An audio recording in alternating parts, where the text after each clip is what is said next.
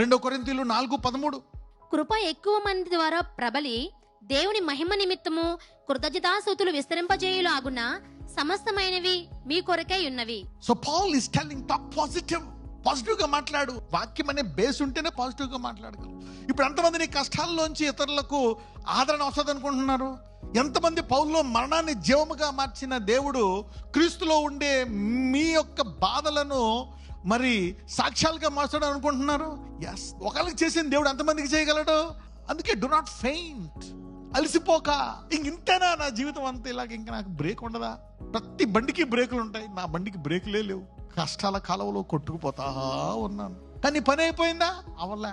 కృప ఎక్కువ మంది ద్వారా ప్రబలి దేవుని మహిమ నిమిత్తము కృతజ్ఞతాస్తుతులు విస్తరింపజేయులాగున సమస్తమైనవి మీ కొరకై ఉన్నవి.